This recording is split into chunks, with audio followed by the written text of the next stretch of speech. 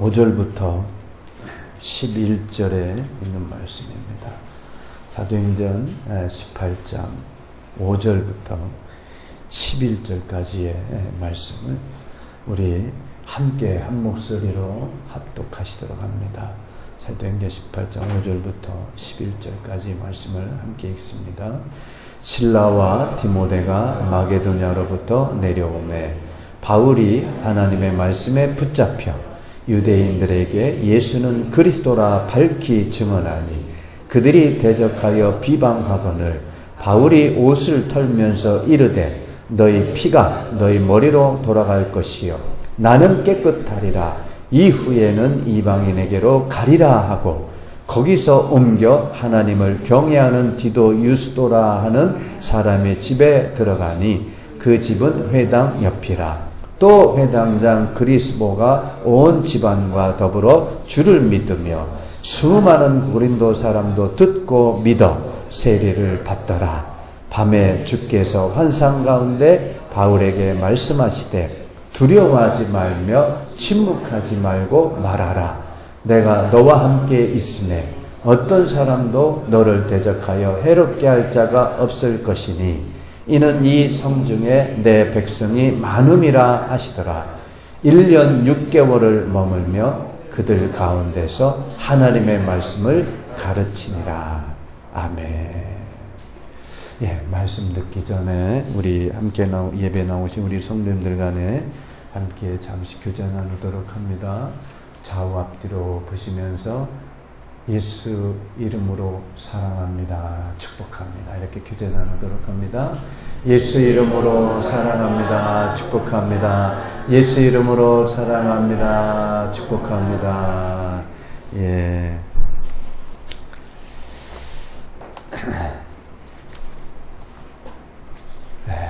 추석 명절 잘 다녀오셨나요? 예. 맞는 것 많이 드시고요. 예. 예, 좋습니다. 이렇게 주님 나와 우리가 함께 예배 드릴 수 있도록 우리의 마음과 우리의 발걸음을 인도해 주신 주님께 영광 드립니다. 주님께 감사드립니다. 오늘 우리가 읽으신 이 사도행전 18장 5절부터 11절까지의 말씀의 제목을 말씀에 확신을 가진 성도라고 하는 제목입니다. 우리 한번 같이 읽어보도록 합니다. 말씀에 확신을 가지는 성도. 예, 말씀에 우리는 확신에 있어야 됩니다. 왜요? 하나님의 말씀은 살아있는 말씀이기 때문에 그렇습니다. 생명의 말씀이기 때문에 그렇습니다. 우리를 살리는 말씀이기 때문에 그 말씀이 우리 확신 가운데 있어야 됩니다. 우리 본문은요, 이제 앞에서 우리 18장 1절부터 쭉 17절까지 이제 바울이 고린도 지역에서 복음 사역을 하는 그런 내용의 이제 중반부의 말씀이 됩니다. 지난 시간에는 우리가 봤듯이 이제 바울이 고린도에 도착을 해서 그곳에서 누구를 만나죠? 아굴라 부부를 만나죠.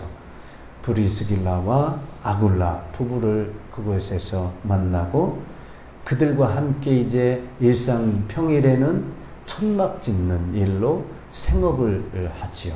그리고 이제 주일에는 회당에서 복음을 증거했다. 이렇게 말씀을 우리가 함께 나누었습니다. 이제 오늘은 바울은 이제 본격적으로 고린도에서 복음 사역을 하고 있는 것을 말씀하고 있습니다. 이 사역에는 누가 함께 하냐면 이제 디모데와 실라가 함께 하였다라고 하는데 이 디모데가 이 바울에게 합류하면서 이 디모데는 어떠한 것을 갖고 왔냐면은 데살로니가에서의 교회 소식을 가지고 왔다라고 데살로니가전서 3장 6절에 말씀하고 있는데요. 한번 같이 읽어봅니다. 지금은 디모데가 너희에게로부터 와서 너희 믿음과 사랑의 기쁜 소식을 우리에게 전하고 또 너희가 항상 우리를 잘 생각하여 우리가 너희를 간절히 보고자 함과 같이 너희도 우리를 간절히 보고자 한다 하니. 이제 디모데가 이 고린도의 복음 사역을 위해서 바울에 함께 합류하게 되는데, 이 디모데가 온 것은 바로 데살로니가의 교회 소식에 대해서 가지고 온 겁니다.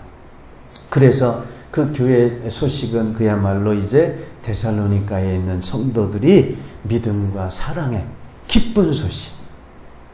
그러니까 그들이 어때요? 믿음 가운데 있고 사랑 가운데, 넘치는 사랑 가운데에 있었던 그 데살로니가 교인들에 대해서 바울에게 지금 보고를 하고 있는 그런 겁니다. 믿으시길 주님의 이름으로 축원합니다. 또 신라는 또 이제 합류하면서 어떠한 이제 그 바울에게 전하냐면, 빌립보의 교회 소식과 함께 또 전도 사역에 필요한 빌립보 교회로부터 받은 그 연보를 전해주게 되지요. 빌립보서 4장 14절 15절에 이렇게 기록되어 있는데 한번 같이 읽어봅니다. 그러나 너희가 내 괴로움에 함께 참여했으니 잘하였도다. 빌립보 사람들아, 너희도 알거니와 복음의 시초에 내가 마게도냐를 떠날 때에 주고받는 내 일에 참여한 교회가 너희 외에 아무도 없었느니라. 네. 이렇게 이제 디모데와 신라가 바울 복음 사역에 함께 이제 동참하게 되는 거죠. 이제 바울은 디모데와 신라가 함께 이제 동참함으로써 그동안의 평일에 천막을 지어서 생계를 꾸려갔던 이제 바울은 그 일을 그만두고 온전히 이제 디모데와 신라와 함께 복음 전하는 일에, 평일에도 이제 복음 전하는 일에 전념하기 시작합니다. 이 본문이 오늘 사는 저와 여러분에게 어떠한 영적 교훈의 말씀을 주는지를 함께 살펴보며 큰 은혜의 시간을 갖고자 합니다. 첫 번째는 성도는 말씀에 능력이 있음을 확신해야 합니다. 성도는 말씀에 능력이 있음을 확신해야 된다라고 하는 겁니다. 오늘 본문의 5절의 말씀을 한 번 더 읽어보도록 합니다.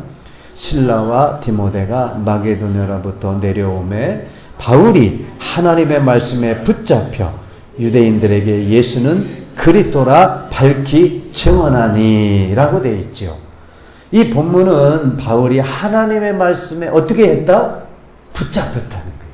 하나님의 말씀에 붙잡혔다. 이 말씀을 헬라어로는 어떻게 말하냐면 시네이게토토로그라고 하는 말이 이 헬라어의 단어에 해당이 되는데, 여기에서 로고라고 하는 것은 하나님의 말씀으로 우리가 여기에서는 번역이 됐는데, 이 원문에 보게 되면 성령에라고 번역이 되어 있습니다. 그러니까 성령에 붙잡혔다. 하나님의 말씀에 붙잡혔다는 것은 성령에 붙잡혔다라고 하는 겁니다. 이것은 동일한 말씀이에요. 왜? 하나님의 말씀을 증거하는 것은 성령님이시기 때문에 그렇습니다. 그래서 이 바울은 하나님의 말씀에 붙잡힌 것은 성령에 붙잡혀서 이제 유대인들에게 말씀을 전하는 데에 예수는 그리스도라 밝히 증언한 거예요. 밝히 증언했다라고 하는 것은 큰 확신 가운데 증언했다는 거예요. 뭐에 붙잡혀서요? 성령에. 성령에 붙잡히면 우리가 말씀의 큰 확신 가운데에 예수는 그리스도입니다. 증거할 수 있게 된다라고 하는 겁니다. 바울은요, 이렇게 하나님의 말씀에 붙잡힌, 성령의 능력에 붙잡힌 종으로 살았어요. 말씀에 붙잡힌, 성령에 붙잡힌 종으로 살았지만 바울은 그 안에서 참 자유함을 누린 사람이었어요. 종은 뭐예요? 욥기 7장 2절에 보면 종은 저녁 그늘을 몹시 바란다 라고 하는 말씀이 있어요. 욥기에. 종은 저녁 그늘을 몹시 바라는 거예요. 왜? 종은 주인의 명령에 하라는 시키는 일을 열심히 하다가 지치는 거예요. 그러니까 저녁 그늘을 몹시 기다린다라고 성경은 말씀하고 있어요. 종은. 그런데 바울은 하나님의 말씀에 붙잡힌 종으로 살았지만 성경에는 그가 자유했다. 이렇게 말씀하고 있는데 고린도전서 7장 22절에 이렇게 기록되어 있는데 한번 같이 읽어봅니다. 주 안에서 부르심을 받은 자는 종이라도 주께 속한 자유인이요 또 그와 같이 자유인으로 있을 때에 부르심을 받은 자는 그리스도의 종이니라. 주 안에서 부르심을 받은 자는 종이라고 말씀하고 있어요. 근데 그 종은 주 안에서 어떻게 해요? 자유인이라고 하는 겁니다. 저와 여러분도 하나님의 말씀에 붙잡힌 종입니다. 주 안에서 우리는 어떻게 해야 된다고요? 참 자유함을 누리는 자들이라고 하는 겁니다. 주 안에서 우리가 부르심을 받고 하나님의 말씀에 붙들린 삶을 사는 자유인은 주님이 주시는 그 안에서 주님이 주시는 참 평안을 누리게 된다는 거예요. 믿으시길 주님의 이름으로 축원합니다. 이 참 평안은 세상에서 얻지 못하는 평안을 주신다라고 하는 거예요.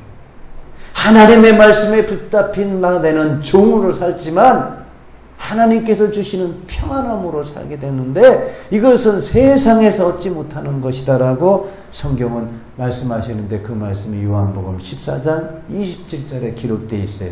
우리 한번 같이 읽어보도록 합니다. 평안을 너희에게 끼치노니 곧 나의 평안을 너희에게 주노라. 내가 너희에게 주는 것은 세상에 주는 것과 같지 아니하니라. 너희는 마음에 근심하지도 말고 두려워하지도 말라. 주님께서는 우리에게 평안을 주시는 분이세요. 하나님의 말씀에 붙잡힘을 받으면 우리는 참 자유하지만 그 안에서 뭘 누린다고요? 평안을 누리게 되는 거예요. 주님께서 주시는 평안을 누리시는 저와 여러분이 되시길 주님의 이름으로 축원합니다. 사도 바울이 하나님의 말씀에 붙들림 받으며 살았다라고 하는 것은 이 말씀은 전혀 새로운 것이 아니에요. 어디 가든지 바울은 복음을 전했거든요. 우리가 1차 전도여행 받고 이제 2차 전도여행을 쭉 봐오시지만 그 가운데서 이 바울은 뭐를 전했어요? 예수님을 전했거든요. 말씀에 붙들려서 살았다는 거예요. 그런데 누가는 본문에서 분명히 말씀하고 있어요. 누가는 이 사도행전을 기록한 누가는 분명히 기록하는 것은 바울이 하나님의 말씀에 붙잡혀라고 기록하고 있다는 거예요. 왜 그러면 항상 하나님의 말씀을 증거했던 바울인데 누가는 왜 이곳에서 특히 고린도에서 바울이 하나님의 말씀에 붙잡혔다라고 누가는 기록하고 있을까라고 하는 거예요. 그 이유는 지난 시간에 우리가 봤던 겁니다. 지난 시간에 우리가 바울이 아덴에서 복음을 전했죠. 아덴에서 복음을 전한 결과 그 결과가 어땠죠? 실패했다. 실패했다는 거예요. 아덴 사람들은 어떤 사람들이었냐면 지적 교만으로 가득 찼던 사람들이었어요. 어떻게 보면 이들에게 복음을 전했던 바울의 사역에는 전혀 문제가 없는 것 같이 보입니다. 바울은 궁극적으로 이제 아덴에서 하나님의 창조주이심을 또 예수 부활에 대해서 증거하였지만 그것을 전하면서 아덴의 학문적 풍토를 의식하고 전했어요. 그래가지고 자신이 유식했던 자신에게 아주 자신만만했던 헬라 철학에 대해서 저 헬라 철학을 의존하면서 복음을 전했어요. 그래서 사도행전 17장 18절에 보면 어떤 에피쿠로스와 스토아 철학자들도 바울과 쟁론할세. 바울이 유식했거든요. 헬라 철학에 대해서.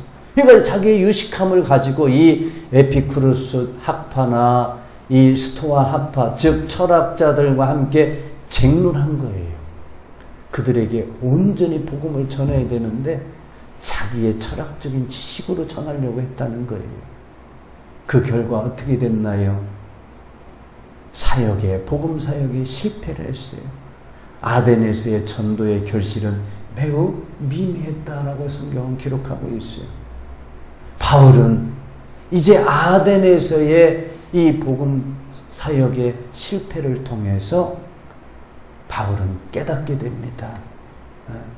즉 깨달은 것이 뭐냐면 이제 복음은, 전도는 사람의 말과 지혜로 되는 것이 아니로구나. 사람의 말과 지혜로 복음을 전하는 것이 아니라고 하는 것을 확실히 깨닫게 되는 겁니다. 물론 바울이 이러한 사실을 몰랐다라고 할 수 없지만 이 아덴 사역을 통해서는 확실히 알았다는 거예요. 이전까지만 해도 피상적으로 알았지만 자기의 지식을 가지고 복음을 전한 결과 실패한 것을 뼈저리게 깨달았던 바울은 이제 말과 지혜로 복음을 전해서는 안 되는구나. 이거를 깨달은 겁니다. 그래서 이제 바울은 이 아덴의 복음 전도, 복음 사역을 통해서 이제 자기의 말과 지식으로 전하려고 했던 이 생각을 완전히 버리게 되었던 겁니다. 사람의 마음을 움직이고 감동을 일으키는 것은 하나님의 말씀, 오로지 이 말씀에 붙잡혀 전해야 되는 것이구나 하는 것을 이 사도 바울은 다시 한번 확신하게 되은 줄로 믿습니다. 말씀이 확신이 있어야 되겠구나. 그래서 이제부터 바울은 고린도에서요, 자신의 말과 지혜로 전하지 않았습니다. 오직 하나님의 말씀과 하나님의 말씀에 붙잡혀서 예수 그리스도와 그가 십자가에 못 박히신 것 외에는 아무것도 알지 않기로 작정하였다라고 성경은 기록되어 있는데요. 고린도전서 2장 1절 이하의 말씀인데 우리 한번 같이 읽어보도록 합니다. 형제들아, 내가 너희에게 나아가 하나님의 증거를 전할 때에 말과 지혜의 아름다운 것으로 아니하였나니 내가 너희 중에서 예수 그리스도와 그가 십자가에 못 박히신 것 외에는 아무것도 알지 아니하기로 작정하였습니다. 내가 너희 가운데 두려워하고 심히 떨었노라. 내 말과 내 전도함이 설득력 있는 지혜의 말로 하지 아니하고 다만 성령의 나타나심과 능력으로 하여 너의 믿음이 사람의 지혜에 있지 아니하고 다만 하나님의 능력에 있게 하려 하여노라. 아멘. 이제 바울은 뼈저리게 깨달은 거예요. 나의 갖고 있는 지혜, 지식, 말, 이걸로 복음을 전해서는 안 되는구나. 오로지 하나님의 말씀의 능력, 이 말씀에 붙잡혀서 복음을 전해야 되겠구나 하는 겁니다. 그래서 오죽하면 네가 고백하기로 예수 그리스도가 그가 십자가에 못 박히신 것 외에는 아무것도 알지 아니하기로 작정했다라고 고백을 하고 있을까요? 저와 여러분도요, 오로지 이 바울이 고백했던 것과 같이 예수 그리스도와 그가 십자가에 못 박히신 것 외에는 아무것도 알지 않기로 작정하시는 저와 여러분이 되시기를 주님의 이름으로 축원합니다. 사랑하는 성도 여러분, 우리는 하나님의 말씀에 능력이 있음을 확신해야 될 줄로 믿습니다. 사실 복음이라고 하는 것은요, 세상적인 눈으로 바라볼 때는 얼마나 어리석습니까? 또 얼마나 유치해 보입니까? 예수님이 나를 위해 십자가에 달려 죽으셨고 이러한 예수님의 십자가와 보혈을 믿고 의지할 때 구원을 받는다는 이 말이 세상에서 볼 때 얼마나 유치하고 단순합니까? 예수 믿으면 우리가 구원 받는다라고 하는 이 단순함이지 않습니까? 이러한 잘 납득되지 않는 단순함 때문에 성 어거스틴은 젊을 때에 이 기독교 신앙을 의존하지 않고 이방 종교에 심취했었다라고 합니다. 우리도 막상 하나님의 말씀을 전해보면 결과가 전혀 다르다는 사실을 우리가 경험할 수가 있어요. 복음을 전하면 예수 믿으세요. 예수 믿으면 구원받습니다. 이 단순함을 전하면 듣는 사람들은 그거를 거부하는 자들이 있지요. 복음을 받아들이지 않는 사람들이 참 많습니다. 그런데 그 단순한 예수 그리스도를 믿으면 구원받습니다 라고는 이 단순함을 믿고 주님 앞에 나와 눈물을 흘리며 회개하는 사람들이 얼마나 많습니까? 여러분들이 한번 생각해 보세요.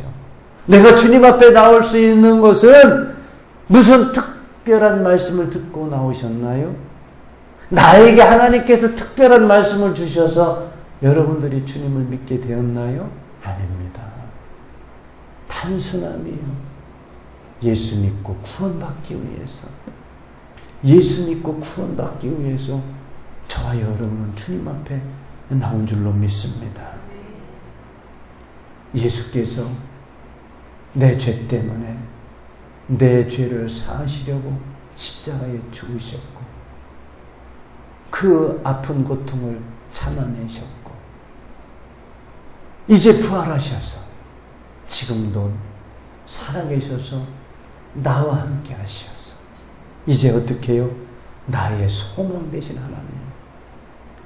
이거를 우리가 생각할 때 어때요? 눈물이 나고 회개하는 것 아닙니까? 우리는 이 단순함을 믿는 자들입니다. 왜요? 이 단순함 가운데에 이 하나님의 말씀에 능력이 있기 때문에 그렇습니다. 우리가 하나님의 말씀을 대할 때 그 말씀이 능력이 있음을 확신하고 믿을 때 그 능력이 나타나는 줄로 믿습니다. 우리를 회개시키고 우리를 눈물로 주님 앞에 나오게 하는 줄로 믿습니다.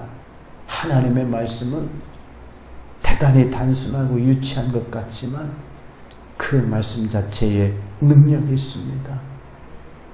성경은요, 이 말씀이 죄악의 어떤 깊은 것도 찔러 쪼개는 능력이 있다라고 말씀하고 그 말씀을 통해서 그 말씀을 듣는 자들은 은혜를 받아 회개하는 역사가 일어난다라고 히브리서 4장 12절에 말씀하고 있는데 우리 한번 같이 읽어보도록 합니다. 하나님의 말씀은 살아있고 활력이 있어 좌우의 날선 어떤 검보다도 예리하여 혼과 영과 및 관절과 골수를 찔러 쪼개기까지 하며 또 마음의 생각과 뜻을 판단하나니 하나님의 말씀은 살아있고 활력이 있다라고 말씀하고 있어요.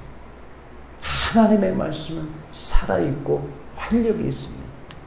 그러므로 좌우의 날선 어떤 검보다도 예리하며 우리의 혼과 영과 및 관절과 골수를 찔러 쪼개는 말씀을 우리에게 들려주고 있습니다.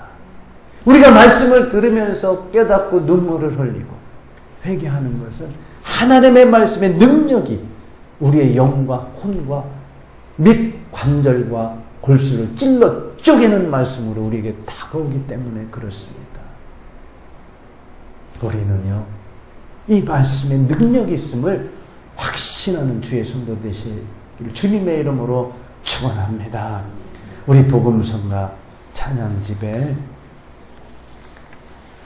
55장을 함께 찬양하셨으면 합니다. 이 55장 이 복음성가 찬양은 하나님이 이 세상을 그 얼마나 사랑하사 독생자를 주셨다네 대속물로 주셨다네 하늘 보좌 버리시고 아버지의 뜻을 따라 자기 백성 구하시려 모진 고난 당하셨네. 이런 찬양입니다.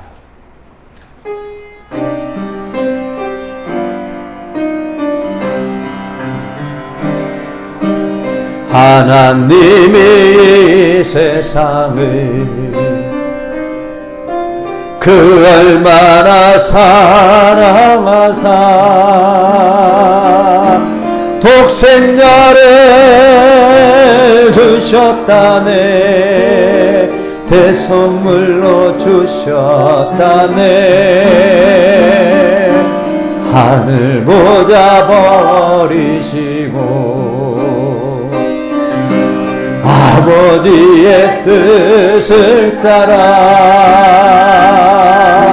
자기 백성 구하시려 모진 고난 당하 잃은 양을 찾으시는 잃은 양을 찾으시는 주님의 뜻을 따라 우리 모두 정성을 다하여 하나님의 사랑을 전하세. 온 세상 땅 끝까지 이르러 주의 뜻을 이루어 겟세마네 공간에 십자가의 잔을 놓고 십자가의 잔을 눈물로써 구하시는 구하시는 예수님의 아픈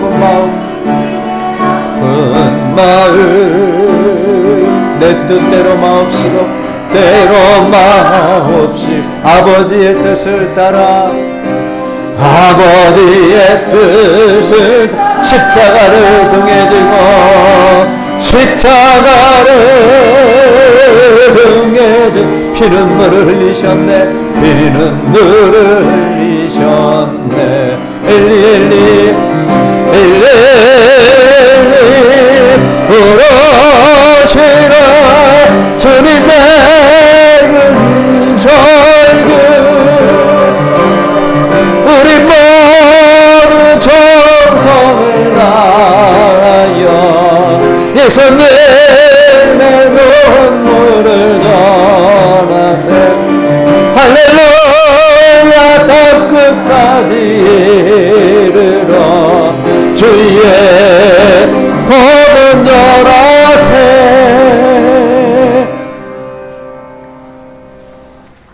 이제 두 번째 주님이 오늘 본문을 통해서 우리에게 주시는 영적 교훈의 말씀은 성도는 말씀을 위해 안고 일어서야 한다는 겁니다. 오늘 본문 10절 11절의 말씀을 한번 읽어봅니다. 내가 너와 함께 있음에 어떤 사람도 너를 대적하여 해롭게 할 자가 없을 것이니 이는 이 성중에 내 백성이 많음이라 하시더라. 1년 6개월을 머물며 그들 가운데서 하나님의 말씀을 가르치니라. 본문에서 말씀하시죠. 이 성중에 내 백성이 많음이라는 말씀은 고린도 성에 내 백성이 많이 있다라고 말씀하시면서 바울에게 두려워하지 말고 잠잠하지 말라 이렇게 말씀하고 있는 겁니다. 이 고린도에 주님께서 주님의 백성들이 많이 있다라고 말씀하시는데 우리가 이전에 봤잖아요. 고린도에는 그들이 경제적으로 부유했던 아주 번성했지만 그들은 매우 타락했던 자들이었었어요. 이 고린도의 사람들은 경제적으로 부유했지만 도덕적으로 성적으로 매우 타락한 곳이었었어요. 어떻게 보면 그곳에서 하나님의 택한 사람이 그곳에 있다라고 전혀 여길 수가 없는 그런 정도로 영적으로 타락한 곳이었거든요. 그런데 주님께서는 바울에게 고린도에 내 백성이 많음이라 이렇게 말씀하고 있어요. 그것은 바로 어디에든지 하나님께 우리가 영적인 눈으로 우리가 본다라고 그러면 아무리 어둡고 타락한 곳이라 할지라도 하나님의 백성이 그곳에 있다라고 하는 겁니다. 그래서 누가복음에는 우리에게 말씀하시는데 우리에게 성령을 주신 이유가 어떠한 이유인가를 우리에게 말씀하시는데 누가복음 4장 18절 19절에 우리에게 이렇게 말씀하고 있는데 한번 같이 읽어봅니다. 주의 성령이 내게 임하셨으니 이는 가난한 자에게 복음을 전하게 하시려고 내게 기름을 부으시고 나를 보내사 포로된 자에게 자유를 눈먼 자에게 다시 보게 함을 전파하며 눌린 자를 자유롭게 하고 주의 은혜의 해를 전파하게 하려 하심이라 하였더라. 주님께서 말씀하시는 거예요. 주의 성령이 내게 임하셨으니 이는 가난한 자에게 복음을 전하게 하시려고 내게 기름을 부으시고 나를 택해 주셨다는 거예요. 가난한 자에게 복음을 전하게 하기 위해서. 그리고 주의 은혜의 해를 전파하게 하려 우리를 택해 주신 겁니다. 그렇기 때문에 우리가 영적으로 볼 때는 세상에 많은 주님의 택한 백성이 있다라고 하는 겁니다. 지금요 우리 이 땅에 이 나라에 주님을 믿는 예수를 믿는 그저 예수 하나님이라고 믿는 성도들 그들이 잘 믿든 안 믿든 교회만 출석 주일만 출석하는 분이든 하는 분들이 한 20% 정도 된다고 합니다. 나머지는 80%는 전혀 예수를 모르는 자들이에요. 아직도 하나님께서는 저와 여러분에게 말씀하시는 거예요. 저곳에 내 백성이 있다. 고린도성에 내 백성이 많다라고 하시면서 두려워하지 말라. 잠잠하지 말라. 나아가 전하라고 바울에게 명령하신 이 명령이 저와 여러분에게도 오늘 말씀하고 있는 줄로 믿습니다. 저 세상에 내 택한 백성이 많이 있다. 그러니 너희는 두려워하지 말고 잠잠하지 말라. 이렇게 말씀하고 있는 줄로 믿습니다. 바울은요 사실 1년 6개월 동안 이 고린도에서 머물면서 복음을 전한다. 사실은 매일같이 어떻습니까? 이 고린도의 영적으로 성적으로 도덕적으로 타락한 이 도시를 매일같이 오고 가면서 그곳에선 창녀들이 득실득실합니다. 이곳을 지나다니면서 그들에게 복음을 전하려고 했던 이 바울은 어때요? 아덴에 우상들 신들이 많은 것을 보고 분노 화가 치밀었다 라고 하는 바울이었어요. 그러니 이 고린도가 영적으로 타락해서 성적으로 문란한 이 도시를 매일 지나다니면서 얼마나 이 화가 났겠냐고요. 분노가 이렇지 않겠습니까? 그곳에서 무려 1년 6개월 동안 아덴에서도 이런 적이 없었어요. 고린도에서 무려 1년 6개월 동안 복음을 전한 겁니다. 그것은 뭐예요? 오로지 하나님의 복음을 전하고자 하는 그 일념 하나. 저와 여러분은 이미 이 세상에 있는 우리의 모든 육신적인 것들, 욕심을 십자가에 못 박고 그리스도와 함께 죽은 자들입니다. 갈라디아서 5장 24절에 이렇게 기록되어 있는데 한번 같이 읽어봅니다. 그리스도 예수의 사람들은 육체와 함께 그 정욕과 탐심을 십자가에 못 저와 여러분들은 예수를 믿는 자들입니다. 구원받은 자들입니다. 우리는 어떤 자들이에요? 육체와 함께 그 정욕과 탐심을 어디에? 십자가에 못 박은 자들입니다. 그러므로 우리는 이제 삶의 기준이 세상의 이익이나 육신의 안락을 위해서 사는 것이 아니라 우리의 삶의 기준이 뭐가 되어야 된다고요? 말씀. 또 사명, 복음을 전하는 이 사명. 이것이 우리 삶의 기준이 되어야 될 줄로 믿습니다. 이제 우리 열방교회는 내년부터 가정교회로 모이기로 이제 모이겠습니다. 계속 제가 말씀을 드리죠. 저도 이거를 위해서 계속 기도하고 또 주님이 주시는 어떻게 이 가정교회를 운영을 할까? 주님 저에게 지혜 주세요. 또 우리 성도들에게 같은 마음 같은 뜻을 주세요. 이렇게 저는 계속 기도하면서 준비해 가고 있습니다. 우리가 이 가정교회를 이루고자 하는 것은요, 오로지 하나님의 말씀 중심 교회, 말씀대로 우리가 사는 교회가 돼야 되겠다. 말씀대로 사는 교회가 된다라고 그러면 말씀대로 사는 가정, 또 말씀대로 사는 성도가 돼야 되겠다. 우리가 말씀에 붙들려 사는, 사도 바울이 오늘 본문에 말씀하신 것 같이 하나님의 말씀에 붙잡혀 사는 성도, 하나님의 말씀에 붙잡혀 사는 가정, 하나님의 말씀에 붙잡혀 사는 교회가 돼야 되겠다. 이겁니다. 이것이 바로 가정교회입니다. 여기 보면 우리 사도행전에 지난 시간에 쭉 봐왔듯이 사도행전 2장 42절에 이 말씀이 있습니다. 우리 한번 같이 읽어봅니다. 그들이 사도의 가르침을 받아 서로 교제하고 떡을 떼며 오로지 기도하기를 힘쓰. 이게 사도행전적인 교회입니다. 이게 말씀에 붙들림만은 성도요, 가정이요, 교회입니다. 사도의 가르침, 즉 목사의 말씀에 가르치는, 매주 저가 여러분에게 말씀을 전하면서 영적 교훈의 말씀을 가르칩니다. 이거를 가르침을 받아가지고 어떻게 살아야 돼요? 서로 교제하고, 말씀을 가지고 서로 내가 어떻게 살았는지 서로 교제하고, 어떻게 또 떡을 떼며 서로 음식을 나누는 거예요. 교제 가운데에 사랑이 트거든요. 교제를 하며 오로지 어떻게? 기도에 힘쓰는 거예요. 저는 우리 열방교회가 가정교회로 이루고자 하는, 가정교회로 가고자 하는 방향이 바로 이 말씀이에요. 우리가 사도행전 1년 반 이상을 쭉 사도행전을 하고 있는데 주님이 주시는 마음이 이 가정교회에 대한 비전을 계속 주셨어요.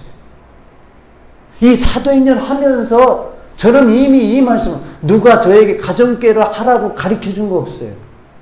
그런데 이 사도행전 1년 반을 우리 성도님들과 같이 나누면서 저에게 주신, 주님이 계속 주시는 것이 이 가정교회에 대한 계속 비전을 주시는 거예요. 왜? 이 사도행전적인 교회가 말씀에 붙잡혀 사는 교회거든요. 사도의 가르침을 받아 서로 교제하며 사랑을 나누며 그곳 가운데서 떡을 떼고 기도에 능력 있는 성도, 이 교회가 되어야 되겠다. 그러면 건강한 성도가 되고 건강한 가정이 되고 건강한 교회가 되겠다. 그러면 주님이 다시 오시는 날 우리 모든 성도들이 다 저 새하늘 새 땅에 첫째 부활에 참여하는 성도들이 될 수 있겠다. 저는 이 세상에 비전 있는 사람이 아니에요. 이 목사가 무슨 교회를 크게 키우고 이런 비전 있는 교회가, 목사가 아닙니다. 이 목사는 우리 성도들의 정말 건강한 성도가 되어야 되겠다. 건강한 교회가 되어야 되겠다. 건강한 가정이 되어야 되겠다.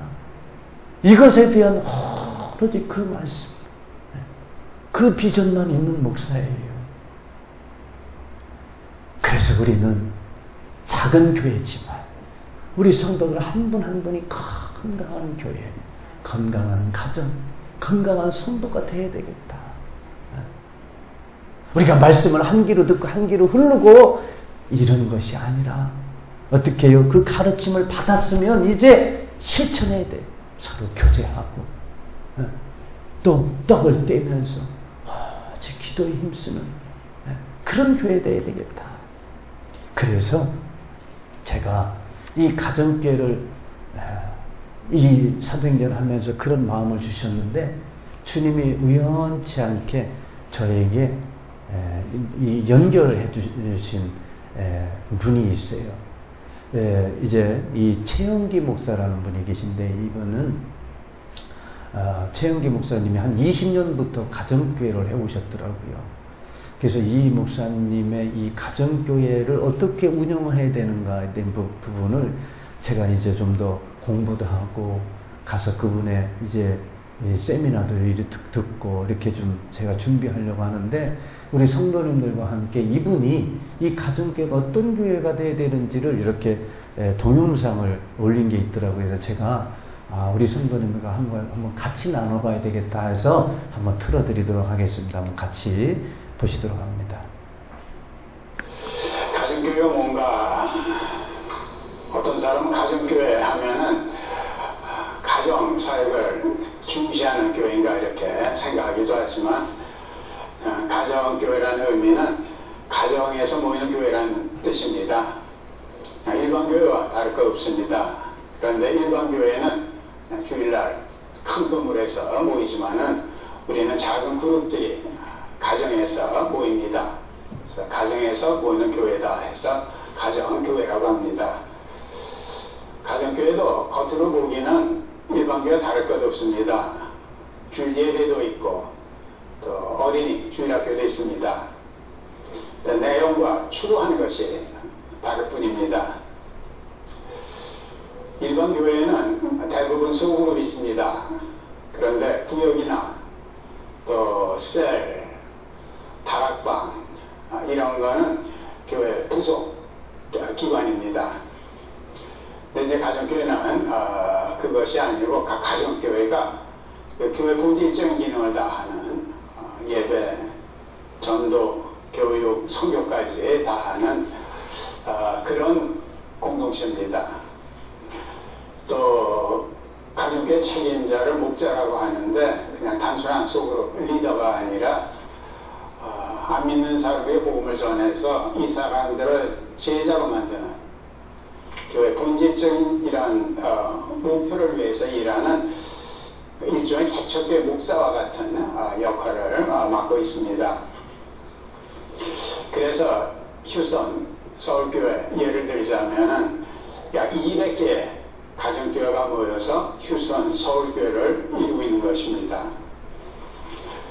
우리가 가정교회라는 이유는 신약성경 읽어보면 등장하는 교회들이 다 가정에서 모이는 교회, 가정교회였습니다.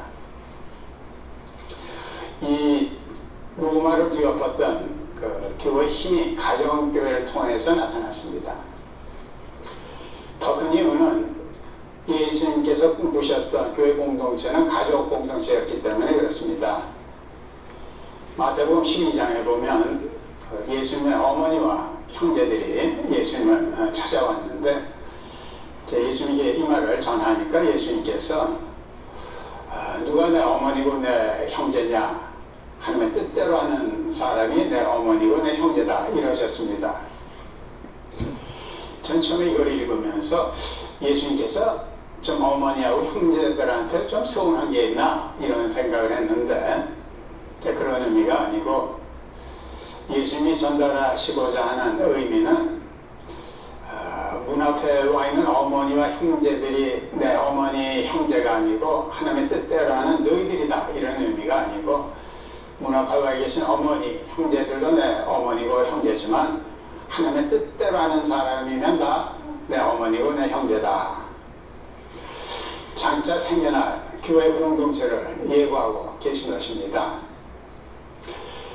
그래서 지구에서 제일 먼저 설립된 예루살렘 교회 사도행전을 보면은 장년이 5천이니까 여성, 어린이까지 합치면 10,000명이 넘는 메가처치인데 집집마다 돌아다니고 또 음식을 같이 먹고 한 이유가 뭔가? 우리가 가족 공동체가 되기 위해서는 가정에서 모여야 되고 같이 먹어야 합니다. 그래서 저희들은 성경적인 교회이고 예수님이 꿈꾸셨던 교회이기 때문에 가정교회라는 겁니다. 그런데 그런 교회를 하려고 노력을 하니까 정말 성경적인 열매가 있습니다. 믿지 않을 것 같은 사람들이 믿게 되고요. 도저히 변할 것 같지 않은 사람들이 변하고 참 무엇보다도 교회에 기쁨이 있습니다. 저는 여러분들 마음속에서도 주님이 꿈꾸셨던 그 교회, 성경적인 교회를 해보고 싶은 이런 욕구가 있으리라 믿습니다. 그런 욕구에 응하셔서 많은 분들이 가정교회를 시도했으면 좋겠습니다. 예, 바로 주님이 꿈꾸셨던 공동체. 예, 바로 뭐예요? 그곳에서 변하지 않을 것 같은 사람이 변하는, 믿지 않을 것 같은 사람들이, 믿는 사람들이 생겨나는 공동체. 바로 이 공동체가 바로 가정교회입니다. 즉, 이 가정교회는 그곳에서, 여기도 소개를 했지만, 예배가 있고, 또 그곳에서 교육과 교제와 전도가 있어요. 그곳에서. 그러니까 그곳에서 이 가정교회라고 그러면 이름을 목장이라고 하는데, 이 목장 내에 목자가 있어요. 목자는 리더, 단순한 리더가 아니고 이 목자는 섬김이에요. 다시 말씀드려서 이곳에서 섬기는, 즉 담임 목사의 역할을 이 목자가 하는 거예요. 단지 그곳에서는 말씀을 선포하고 말씀을 가르치는 것이 아니지요. 그곳에는 뭐를 하냐면 이 담임 목사의 가르침, 그 말씀을 기초로 그 말씀을 서로 가지고 나누는 거예요. 내가 일주일 동안 말씀을 가지고 어떻게 살았는지, 그 말씀을 살아보니까 나에게 어떤 체험이 있었는지, 내 삶이 어떻게 변화되었는지, 그 간증하는 거예요. 간증. 그게 간증설교죠. 간증. 그거를 우리 이 가정교회에 속해 있는 공동체가 서로 한 분씩 한 분씩 돌아가면서 나누는 거예요. 처음에는 밥 먹죠. 처음에 모여서 식사를 같이 한 30분 정도 식사를 하고, 그 다음에 찬양을 한 20-30분 찬양하고, 그 다음에 이제 간증 설교하는 거예요. 목자의 리더에 따라서, 인도함에 따라서 한 번씩 한 번씩 돌아가면서 말씀으로, 어떻게 말씀으로 살았는지 그걸 간증을 하는 거예요.